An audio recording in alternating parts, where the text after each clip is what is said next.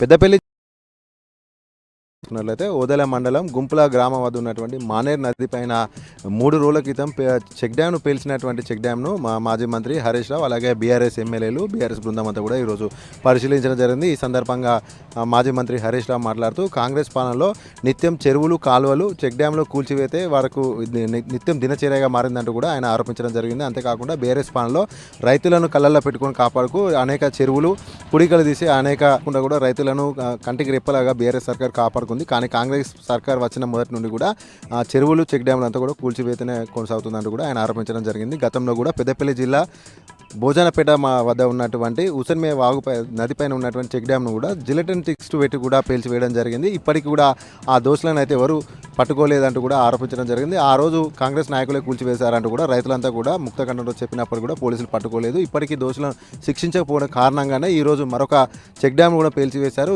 ఇప్పటికి కూడా ఈ 3 రోజులైనా కూడా దీనిపైన ఎలాంటి విచారణ లేదు, ఏ ఒక్క అధికారులు దోషులపైన చర్యలు తీసుకోలేదంటూ కూడా ఆయన ఆరోపించడం జరిగింది. ఇప్పటికైనా కూడా దోషుల వెంటనే కఠినంగా తీవ్ర పరిణామాలు తప్పంటూ కూడా ఆయన హెచ్చరించడం జరిగింది. కాంగ్రెస్ పాలన అంటేనే బుల్డోజర్ పాలన.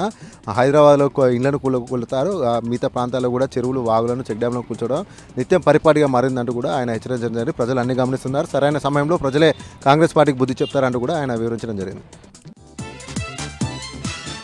అలాగే మరొక ప్రధాన వార్త చూసుకున్నట్లయితే రామగుండం మున్సిపల్ కార్పొరేషన్ పరిధిలో ఉన్నటువంటి సుమారు 46 మైసమ్మ గ్రామ దేవత గుళ్లను కూల్చివేసినటువంటి బాధ్యులను ఇప్పటివరకు కూడా శిక్షించలేదంటూ కూడా నిరసిస్తూ కూడా అలాగే రామగుండంలో బుల్డోజర్ పాలన కొనసాగుతుందంటూ కూడా నిరసిస్తూ చెలో ఎమ్మెల్యే క్యాంప్ కార్యాలయం ముట్టడికి ఈరోజు పిలుపునివ్వడం జరిగింది. బీఆర్ఎస్ పార్టీ క్యాంప్ కార్యాలయం ముట్టడికి వెళ్తున్నటువంటి కోరకంటి చందర్ను ఆ పోలీసులు అక్రమంగా అరెస్ట్ చేయడం జరిగింది. ఈ సందర్భంగా కోరకంటి చందర్ మాట్లాడుతూ రామగుండంలో బుల్డోజర్ పాలన కొనసాగుతుంది, రాక్షస పాలన కొనసాగుతుందంటూ కూడా ఆయన ఆరోపించడం జరిగింది. 46 గుళ్ళను కూర్చున్నటువంటి దోషులను ఇప్పటి వరకు కూడా ఎవరు కూడా శిక్షించడం దారుణం అంటూ కూడా ఆయన ఆరోపించడం జరిగింది. అంతేకాకుండా సింగరేణి ఆధ్వర్యంలో నిర్మిస్తున్నటువంటి వ్యాపార సముదాయాల్లో